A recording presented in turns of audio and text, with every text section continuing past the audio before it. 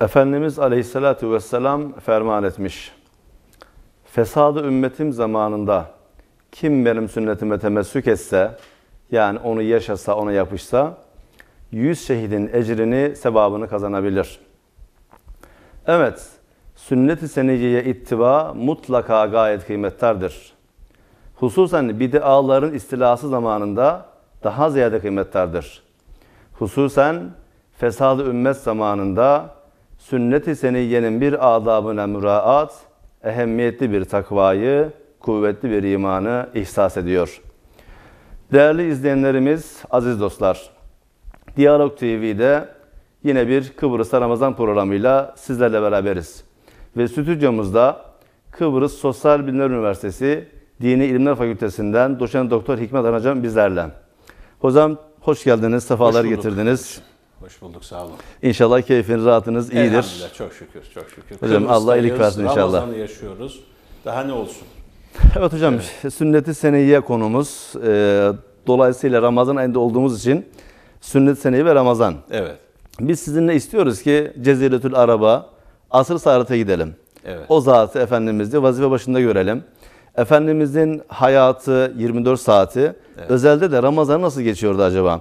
Çünkü biz sünnete ittiba etmeyi istiyoruz. Gayet kıymetli, ehemmiyetli. Ama Ramazan ayında ittiba etmek daha ziyade kıymetli. Evet. Efendimizin Ramazan'ı, orucu, günlük hayatı nasıldı acaba?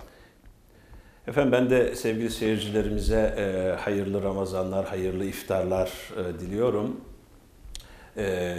Çok önemli bir konuya temas ettiniz. Gerçekten bizler ümmeti Muhammed, yani Efendimiz sallallahu aleyhi ve sellemin ümmeti olduğumuzu iddia ediyorsak, öyleyiz elhamdülillah söylüyorsak, bunun da icapları var. Gereğini yerine getirmek durumundayız. Bu da neyle olur? Efendimizin örnek hayatı, numune hayatı olan sünneti yaşamakla olur. Dolayısıyla madem Ramazan-ı Şerif gibi 11 ayın sultanı, içerisinde 1000 aydan daha hayırlı Kadir Gecesi'nin yer aldığı mübarek bir ay içerisindeyiz. Efendimiz sallallahu aleyhi ve sellem Ramazan'ı nasıl geçiriyordu, nasıl yaşıyordu, neleri bizlere tavsiye ediyordu, bu ay içerisinde yapmamızı istiyordu. Onlara bakmamız gerekiyor.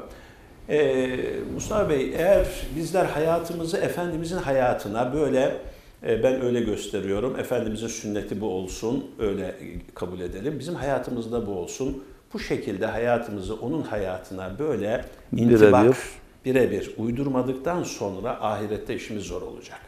Yani Efendimizin hayatı bir şablon koyacaklar. Bizim hayatımız, dünyada yaşadığımız hayat bu hayata ne kadar uyuyor, onun üzerine bizim hayatımızı yerleştirecekler. Eğer şöyle duruyorsa iş zor. Eğer çünkü şöyle duruyorsa, tabii aksamalar olabilir, fluluklar olabilir, kaymalar olabilir ama yine de kısmı azamı tutturabiliyorsak, çoğunluğunu tutturabiliyorsak veya o gayret içerisinde yaşamışsak inşallah kurtuluşa erenlerden olacağız diye ümit ediyoruz. Hocam ayette de zaten böyle emrediliyor, değil mi? Ali İmran suresinde eğer Allah'a muhabbetiniz varsa Habibullah'a ittiba edilecek diye. Evet. Kul in kuntum tuhibbunallaha, eğer Allah'ı seviyorsanız de ki fettebi'uni, bana tabi olun, yuhbibkumullahu ve yağfir lekum zunubekum. Allah da size günahlarınızı bağışlasın. Evet. Bu çok önemli bir şey. Yani biz Efendimiz'e uyarken asıl maksadımız Allah'ın rızasını kazanmak. Cenab-ı Hakk'ın rızası ona uymakla kazanılabilir. Kesinlikle. Dolayısıyla sünnetsiz Müslümanlık olmaz. Evet. Sünnetsiz Müslümanlık olmaz. Madem bu dini bize Peygamber sallallahu aleyhi ve sellem getirdi, Kur'an'ı bize o getirdi, Allah'ın buyruklarını o bize ulaştırdı ve bizi ümmet olarak kabul etti. En büyük şereftir. Efendim, insanlık aleminin en büyük rütbesini şu asırda biz Müslümanlar taşıyoruz. Yani onun için ne kadar iftihar etsek azdır. Yani ekran başındaki sevgili seyircilerimize de bu duyguyu vermek isterim, heyecanı vermek isterim. Allah Teala bize o heyecanı, o sahabenin yaşadığı, o ümmeti Muhammed olmanın heyecanını bize de nasip etsin. Ucundan, köşesinden inşallah. Onun için bakın o zaman Ramazanlar ne kadar farklı Ramazanlar oluyor yani. Oradan görelim. Şimdi Efendimiz bir hadis-i şeriflerinde şöyle buyuruyorlar. Hocam bir şey hatırladım da. Buyurun. Eski bir Alman prensi, yanlış hatırlamıyorsam Bismarck, evet. Efendimiz'e ithafen söylüyor yani. Ya. Sana muasır bir vücut olamadığı için müteessirim diyor. Ya, evet. Yani seninle beraber yaşayamadım, seni göremedim manasında müteessirim. Yani bir Alman prensi bunu idrak etmiş ve söylüyor. Söylüyor, Biz evet. elhamdülillah o zatın ümmetiyiz. Ya. Yani o şerefin farkına varmamız lazım yani. İşte o mahiler ki derya içindedirler, deryanın Deryayı- kıymeti bilmez. İşte balıklar suyun içindedirler, sürekli kıyıya doğru kendilerini atmaya çalışırlar. Bir kıyıya giderse ölecek. Yani aslında onun ortamı şeydir, yani bilmiyor kıymetini. Dolayısıyla bilmek lazım. İnşallah bu Ramazan'da bize bu duyguyu kazandır. Efendimiz bir hadis-i şeriflerinde "Sallu kema ra'aytumuni usalli." Beni nasıl namaz kılıyor olarak görüyorsanız siz de öyle kılınız. Bu ne demektir? Namazınızı benim namazıma uydurunuz. Benim namazım gibi kılınız. Çünkü namazın nasıl kılınacağını Kur'an-ı Kerim sadece kılın diye emrediyor. Biz sünnetten öğreniyoruz vakitlerinde kılınış şekilleriyle. Efendim. Aynı şekilde hac içinde "Huzu menasikekum anni" buyuruyor Efendimiz. Yani hac ibadetlerinizi benden alınız. Aynı şekilde yani haccınızı benim haccıma uydurunuz demektir. Aynı şekilde böyle bir hadis yok ama Ramazanınızı da orucunuzu da benim orucuma uydurunuz demektir bu. Yani ve kısalel bevaki der eski kitaplar. Yani diğerlerine kıyas et bunu. Dolayısıyla hayatınızı benim hayatıma uydurunuz demektir. Şimdi Efendimiz Ramazan'ı nasıl yaşıyordu? Efendimiz bir kere Ramazan gelmeden önce Recep ve Şaban ayında oruç nafile oruçlarını arttırıyordu. Yani mesela Recep ayında diğer aylarda tuttuğu oruçlardan daha çok oruç tutardı. Şaban ayında hemen hemen tamamını oruçla geçirirdi. Daha çok. İşte Ramazan-ı Şerif'e yaklaştığı zaman orucu Ramazan'a erteler. Orucunu biraz bırakır ki Ramazan'ı daha bir şeyle karşılasın. Yani ikisini birleştirdiği zaman Ramazan'ın ayrıcalığı kalmıyormuş gibi bir girdiği belli olmayacak diye. olmayacak gibi güzel. Dolayısıyla Efendimiz Ramazan'a böyle bir hazırlık yapardı. Şimdi tabii Ramazan neyle başlar? Ramazan sahurla başlar. Aslında iftarla başlamaz. Sahurla başlar. Öncesinde teravihle başlar, diyebiliriz. Tabii. Evet. Şimdi önce bir sahurla başlayalım. Şimdi sahur önemli bir şeydir. Efendimiz buyuruyor ki tesahharu fe inne fis suhuri bereketun bereketen sahur yapınız zira sahurda bereket vardır buyuruyor Efendimiz sallallahu aleyhi ve sellem. Ve hatta bir yudum suyla bile olsa sahur yapınız. Bizimle diyor Efendimiz buyuruyor. Ehli kitap arasındaki orucun farkı sahur yemeğidir. Evet, Yahudiler de oruç tutarmış ama onlar sahursuz sahur yapmazlarmış. Evet. Yani orucumuzu böyle gece hani bir şeyler yiyip hani uykumuzu bölmeyelim diye oruç tutar mıyız? Tutarız. Ama sahurun bereketinden o güzel an. Çünkü sahur seherden gelir. Yani seher vakti diyoruz ya işte o Allah'ın rahmetinin sağanak sağanak yağdığı ve hatta her gecenin son 1/3'inde Cenab-ı Hak en yakın semaya iner ve yok mu dua eden duasını kabul edeyim, yok mu hasta olan şifa vereyim, yok mu şunu isteyen bunu isteyen diye nida eder diye Efendimizin meşhur hadis-i şerif var, sahih hadisi var.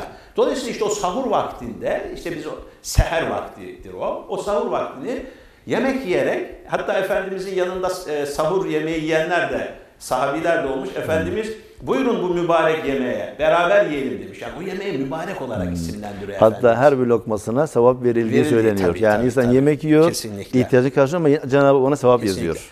Şimdi Mustafa Hocam şu var, İslam orijinal bir dindir. Hiçbir sistemden, görüşten taklit edilmiş bir din değildir. Bakınız bir ezanımız vardır mesela. İşte ezanın farz kılınmasını, hadisesini hatırlayalım, seyircilerimize de hatırlatalım.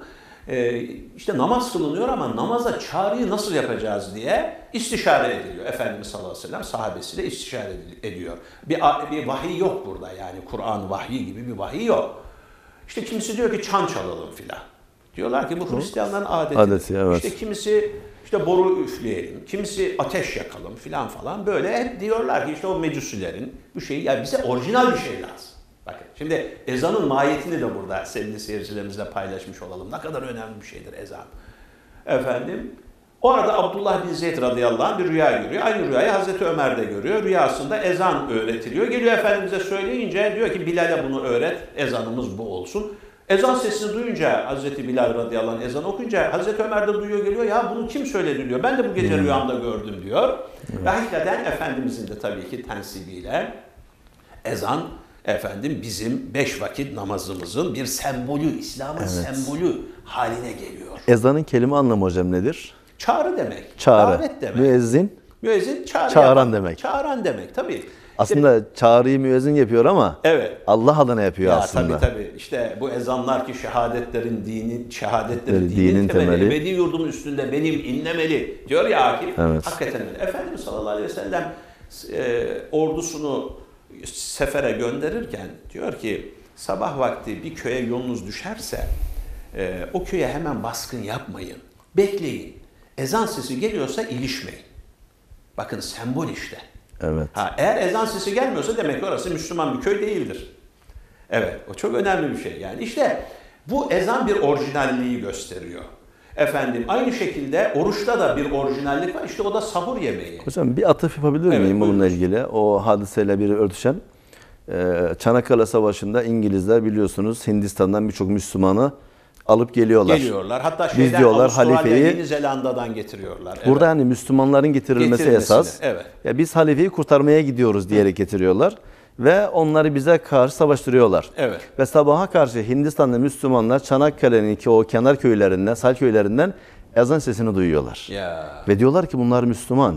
Biz buna Ya. savaşmayız diye orada bir diretiyorlar yani. Yani bazıları bizim safımıza geçiyor. Bazılarını da öldürüyorlar İngilizler. Yani Evet. bunlar bize ihanet Ya etti işte orada diye. o ezanın önemi hakikaten yani çok ince bir şey yani. Çok güzel hatırlattınız. Kesinlikle öyle. İşte orucumuz da nedir? Orijinal tarafları var. Çünkü bütün dinlerde oruç var. İşte ayet-i kerimede geçtiği gibi kütübe aleykümüs sıyâmü kemâ kütübe alellezîne min kablikum. Yani sizden öncekiler de farz kıldığı gibi oruç da size farz kılındı buyuruluyor. Ama bizim farkımız ne? İşte efendim sahur yemeğimiz var. İşte sahurda Efendimiz böyle bir tavsiyeleri var bize. Daha sonra mesela iftar için de öyle. İftarda acele ediniz buyuruyor Efendimiz. Yani sahuru geciktirmek, tabii ezanla birlikte bitirmek lazım. Bazı seyircilerimiz soruyorlar, hocam ezan okurken yiyebilir miyim? Hayır, yani ağzınızda lokma varsa, ezan da başlamışsa onu yutmayacaksınız. Yani onu yapın. Yani çünkü Hassas olmak lazım. Tabii, hatta bir 5 dakika öncesinde ağzı kilitlemek lazım, fermuarı çekmek lazım ki o alana girilmemiş olsun. Çünkü bu özel bir ibadet, hassas bir ibadet. Dolayısıyla efendim iftarda acele etmek var. Şeyler acele etmiyorlar işte. Yahudiler Evet. Ne yapıyorlar? geciktiriyorlar. Geciktiriyorlar. Hatta ertesi güne bırakıyorlar. Savmi visal yapıyorlar belki filan. Ama bizim farkımız o. Biz iftarda acele ederiz. Evet. Efendim sahurda ne yaparız? Geciktiririz. Ve o sahur yemeğimizi yaparız. Efendimiz iftar içinde efendim müminlerin iftarda reddolunmayan bir dua vardır buyuruyor iftar vaktinde. İftar vaktinde oruç tutanlar için. İşte Efendimiz Allahümme leke sumtu, senin için oruç tuttum ve bike amentu, sana iman ettim. Ve ala rızıke eftartu, ve senin bana verdiğin nimetlerle de efendim iftarımı açıyorum, ve aleyhi tevekkeltü. ve aleyhi tevekkeltü, sana tevekkül ediyorum, sana sığınıyorum, sana dayanıyorum diye duaları var. Orada seyircilerimiz ve neyle iftarını açardı Efendimiz? Hurma, varsa hurma, yoksa su ile açardı. Su ile. Hurma bulunduralım, yoksa su ile açarken elimize alalım, bu duamızı okuyalım. Arapçasını bilmeyenler Türkçesini okusunlar. İçlerinden hayırlı şeyler için dua etsinler ve oruçlarını o şekilde açsınlar. İnşallah reddolunmaz. Gün içerisinde Efendimiz oruçluyken ne yapardı acaba? Yani öğle vakti, ikindi vakti gibi, kuşluk vakti gibi mesela. Şimdi tabii Efendimiz Ramazan'ı yoğun geçirirdi. Yani Ramazan ayını yoğun ibadetle geçirirdi. Yani rutin muhakkak ibadetlerini yapardı.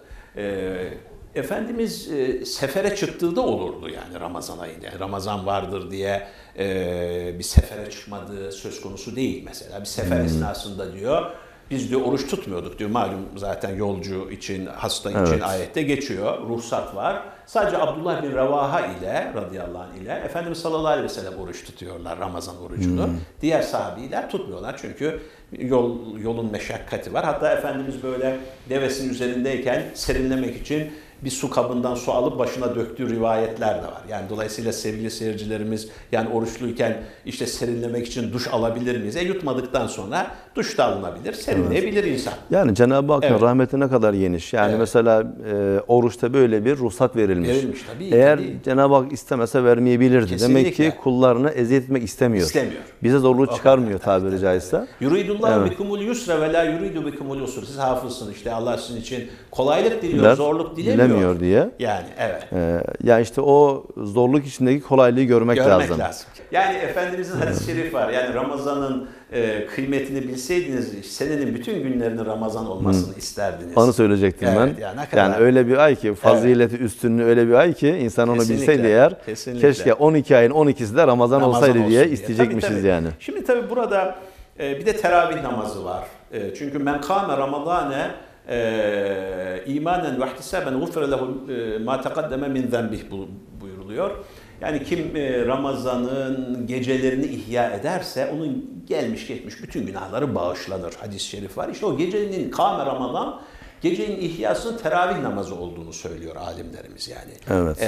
Teravih namazı Efendimizin hayatında 3 kere cemaatle kıldırdı ve sonra ümmetine farz kılınır endişesiyle yine onu şefkat ve merhameti galebe çalarak herkes kendisi kılsın diye emir buyurdukları bir namazdır. Yine araya gireceğim ben, özür dilerim. Evet. Önemli diye düşünüyorum ben. Teravih ne demek acaba? Tervihadan geliyor, rahatlamadır diyorlar. Evet. Yani teravih uzun bir namaz ya. Bize zor meşakkatli geliyor ama ismi rahatlama. Rahatlama tabii. Yani tabii. Niye bu isim verilmiş acaba? Yani maddi manevi rahatlamadır. Yani tabii manevi rahatlaması var, bir de maddi rahatlaması var. İnsan oruçtan çıkıyor. Yemek yiyor onu bir sindirmesi lazım. Ama şimdi Mustafa Bey şöyle bir şey var. Yani biz bunlara bakarak tabii ibadet yapmayız yani. Efendimiz yapmışsa biz yaparız. Evet. Allah Teala emretmişse işte diyorlar işte orucun işte vücut için şöyle faydası var. Tabii bunlar önemlidir ama bu faydalarından dolayı farz kılınmıştır diyemeyiz. Allah Teala emretmiştir. Biz de yaparız deriz. Ama hikmetini bildiğimiz zaman böyle insan bir demek ki var ne kadar güzelmiş. Hatta derler ya bir Japon Türkiye'ye gelmiş Ramazan ayında. Bir bakmış Müslümanlar gün boyu aç kalmışlar. Bir yemek yiyorlar. O yemekten sonra bunun hasta olması lazım demiş. Demiş yani siz de mi böyle demiş. Ölürsünüz demiş yani hasta olursun demiş. Ya biz demiş birazdan teravih kılacağız demiş. Teravih gördükten sonra size bir şey olmaz demiş. Yani o manada teravihin imamları görmüşse hiçbir şey olmaz herhalde yani. Yani teravih namazının hakikaten rahatlama deyince o oruçtan sonraki iftardan sonraki o işte ağırlık, yük vesaire azalıyor, hafifliyor. Manen de azalıyor mesela hakikaten. Tabii. Daha sonra işte Hazreti Ömer zamanında radıyallahu anh bölük bölük mescitte teravih namazı kılanları görünce cemaatle kılınsın diyor. Ve onları da cemaatle kıldığına görünce bu ne güzel bir bidat oldu diyor. Bidat-ı hasenedir diyerek. Nimeti verdiği bidat-ı hasene diyerek. Yani bid'aların hasene kısmı var, güzel kısmı var. Güzel bidat yani. Çünkü Efendimiz de zaten cemaatle kıldırmış ama teravih namazıdır diye onlara bu şekilde farz kılması endişesiyle yalnız başınıza kılın. Çünkü farz kılınırsa bu sefer herkesin kılması lazım. Ama sünnet-i müekkededir tabii. Öyle diyor alimimiz. Aynen öğle namazının sünneti gibi. Sabah namazının sünneti gibi Efendimizin bırakmadığı, kıldığı bir namaz. Bazen şu oluyor. Mesela çok yorgun olanlarımız oluyor. Hasta olanlarımız oluyor. Yaşlı olanlarımız oluyor. 20 rekat uzun geliyor. 8 de kılabilir. Bu önemli. Yani illa 20 rekat kılacağım diye bir şey yok. Ama Hazreti Ömer 20 kıldırmış. 8 de kılabilirler. Fakat şunu bilsinler ki 8 rekat kılanla 20 rekat kılanlar aynı sevabı almazlar tabii. Yani muhakkak 20 rekat ama kılan daha çok sevap yani şu ben şimdi başlarsam 20 rekat bitiremem diye insan korkuyor. Ya işte hiç kılmayayım diyor. Öyle değil. En azından 8 rekat kılınabilir, evde kılınabilir, değil mi? Evet, mesela sizin arkanızda 20 rekat kılınabilir hatimle herhalde kılınıyor. İnşallah hocam, bekliyoruz. İnşallah hatimle. Şimdi bir tanesi öyle köyden gelmiş İstanbul'a. Demiş ki Ramazan'da gelmiş, bir teravih namazı kılalım demiş. Bir camiye girmiş, eski bir cami. Meğer orada da hatimle teravih kılınıyormuş. İmam da yavaş okuyormuş. Ki aman bitecek gibi değil, hemen papuçlarını almış kapıya gidiyor. Bir bakmış ki kapı duvar. Kilitlemişler kapıyı millet kaçmasın diye. Yıkılmış böyle, kaynar sular dökülmüş. Yukarıdan bir ses duymuş pıs pıs pıs diye. Bir bakmış ki müezzin mahfilinde müezzin çağırıyor. Çıkmış müezzin mahfiline. O müezzin demlemiş çayı, semaveri kurmuş. Namaz filan kıldığı yok. Oradan bittiği zaman işte Allahümme salli ala Muhammed ve ala Muhammed diyor. Çaya devam. Müezzin öyle orada çayını içmiş olmuş bu hadise. Tabii işin esprisi bir kenara. Ramazan'ı böyle kare kare, saniye saniye yaşamak lazım. Değer, Ramazan için değer. Yani Ramazan bize vaktin kıymetini de anlatıyor. İşte Efendimiz buyuruyor ya, min husni islamil mer'i terkuhu ma la yanihi. Bir kimsenin iyi bir Müslüman olup olmadığını anlamak istiyorsanız onun kendisini ilgilendirmeyen şeyleri terk edip terk etmediğine bakın. Eğer terk ediyorsa iyi bir Müslümandır. Yani boş şeylerle meşgul oluyorsa iyi bir Müslüman değildir. وَالَّذ۪ينَ هُمْ عَنِ اللَّغْوِ مُعْرِضُونَ. İşte o kimseler Ayette de ki, geçiyor. evet, boş şeylerden, lağvdan ne yaparlar? Yüz çevirirler. İşte bu müminliğin bir alametidir. Efendimiz nasıl Ramazan'ı yaşıyordu? Sayı zamanlarda da Efendimizin hayatı dolu dolu. Ramazan bir başka dolu. Mesela son 10 gün. İşte Efendimiz ne buyurdu? Kadir gecesinde 25, 27, 29. gecelerde, tek gecelerde, son 10 günün tek gecelerinde arayın. Dolayısıyla Efendimiz son 10 günde daha fazla ibadete ağırlık ve itikaf diye mescitte. Evet, o çok önemli hocam. 10 günde mescide geçer, orada evine gitmez. Orada ibadetle geçirir, mescitte yatar kalkar. İtikaf diye meşhur olan sünneti kifaye derler. Yani bir grubun yapmasıyla diğerlerin üzerinden mesuliyeti kalkan bir sünnettir derler itikaf için. Bu şekilde ne yapardı? Ramazan son 10 gününde hanımlarına da çokça ibadet yapmalarını tavsiye ederdi. Hatta hanımların da itikaf yaptığı rivayet edilir. Onlar da böyle mescidin belli yerlerinde çadırlar kurarlar. Hocam onun bir minimum süresi var mı acaba? Tabii. Ha şöyle yani tam 10 gündür ama az da ama tam olarak 10 gündür tabii. Yani bir gün olur mu veya bir olur, vakit tabii. namaz Hatta olur mu? bir namaza gittiğin zaman bile nevetül itikaf falan da diyebilirsiniz. Oradan da bir sevap alınır ama tam itikafın en azından sevabı. niyet olarak yani. Evet tabii ki 10 gündür. Dolayısıyla Efendimiz bir de Ramazan Kur'an ayıdır. Çünkü Kur'an-ı Kerim iniyor Ramazan'da. Evet. Efendimiz Cebrail Aleyhisselam'la bir araya geliyor. Ve Cebrail Aleyhisselam'la karşılıklı Kur'an-ı Kerim'i mukabele, işte bu mukabele geleneğimiz de oradan geliyor. Evet. Karşılıklı mukabele ediyorlar. Hatta vefat edecekleri yılda 2 kere Cebrail Aleyhisselam'la karşılıklı mukabele etmişlerdir Kur'an-ı Kerim'i. Dolayısıyla çokça Kur'an'la meşgul oluyor Efendimiz. Evet. Yani evrat zikir derken en çok Kur'an okumak herhalde faziletlisi. Tabii. Mesela aklıma gelen benim işte eğer okumak zor geliyor veya ben günde en sefa 3 sayfa okuyabilirim diyorsa bir izleyicimiz. O zaman ne yapabilir? İşte camilerimizde öğle veya ikindiden önce mesela hocalarımız mukabele okuyorlar. Tabii. Yani gidip oraya hoca efendiyi bir ay boyunca her gün bir cüz olmak üzere dinleyebilir. Kendi okuyamıyorsa bile. Şimdi bakınız burada seyircilerimizin hatırına şöyle bir şey gelir. Anlamını bilmiyoruz, okumanın bir faydası var mı diye. Böyle kafa karışıklığına gerek yok. Tek bir kitap vardır, lafzıyla okunduğu zaman sevap yazılan. İşte o Kur'an-ı Kerim'dir. Efendimiz buyurdular ki, Kur'an-ı Kerim'i okuduğunuz zaman her harfine 10 hasene vardır. 10 sevap veriliyor her harfine. Bakınız diyor Efendimiz. Elif, lam, mim bir harftir demiyorum. Elif bir harftir, lam bir harftir, mim bir harftir. Ne demek? 30 sevap kazanıyorsunuz. Evet. Peki elif, lam, mimin manasını biliyor muyuz? Bilmiyoruz. Demek ki manasını bilmeden de Kur'an-ı Kerim okursanız sevap veriliyor. Efendimiz bunu müjdeliyor. Dolayısıyla Kur'an-ı Kerim'le hemhal olalım. Hani birisi diyor ki ya anlamını bilmiyorsun. Halbuki orada diyor Allah Teala diyor şeyden bahsediyor. Mirastan bahsediyor. Niye ağlıyorsun? Efendi. Allahu Teala'nın sözü, o Rabbinin kelamı olduğu için ağlıyor. Neden bahsederse bahsetsin. Manası bilmesek bile yani. Bilmesek de Rabbimin kelamı hatta İmam-ı Şafii'nin böyle bir sözü var. Evet. Yani yanlış, hocam düzeltin lütfen. Rüyasında Efendimiz'i görüyor. Efendimiz'e soruyor.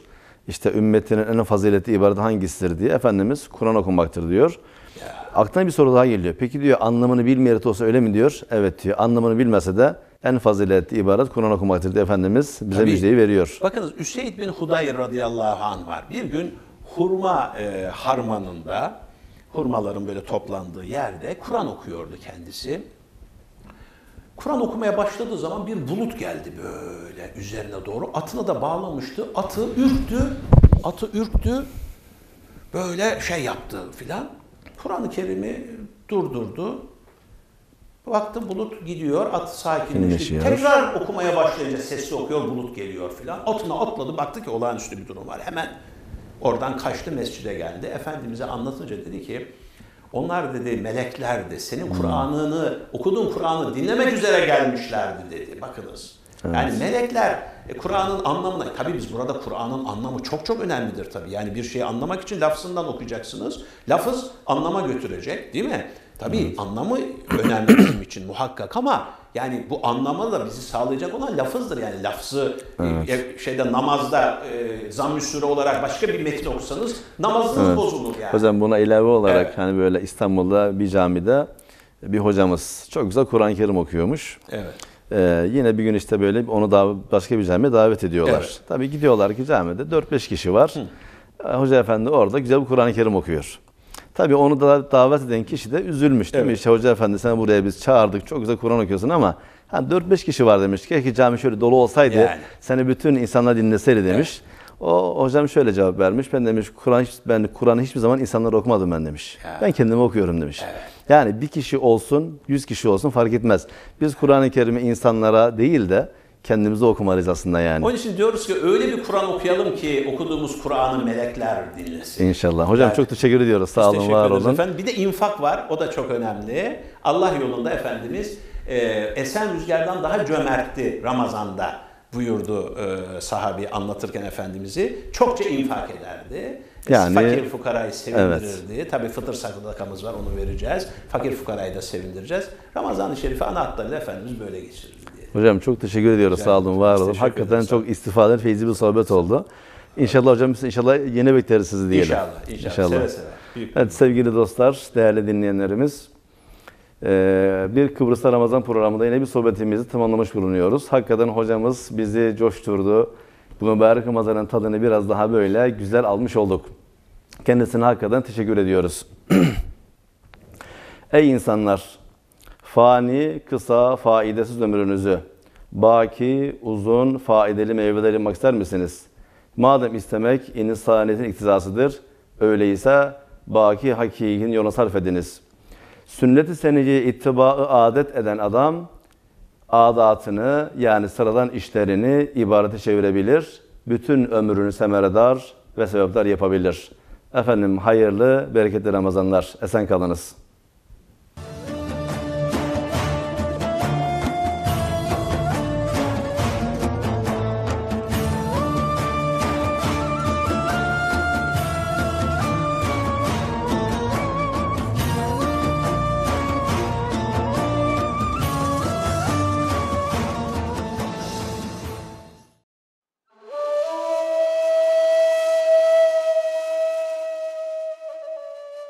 Ya Rabbi, seni tarif eder bütün isimlerin.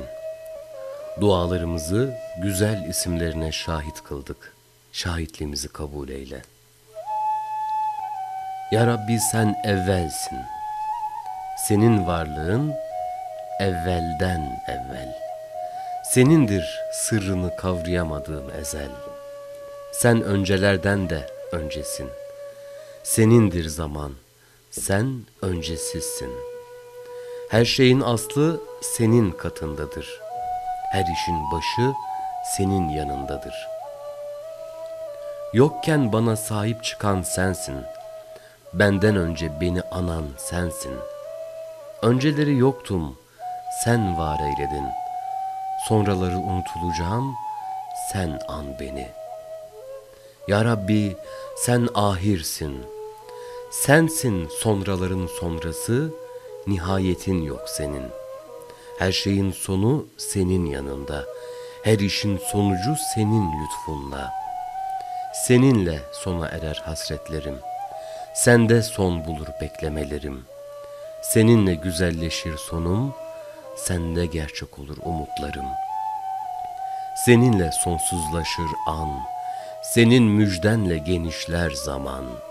Seninle gelir yarınlar, seninle var olur sonralar. Senin lütfunla varlık evine konuk oldum. Bugün var, yarın yokum. Sonumu sonsuzluk eyle, akıbetimi hayır eyle, kabrimi gülizar eyle. Ecel geldiğinde müjdeni söyle.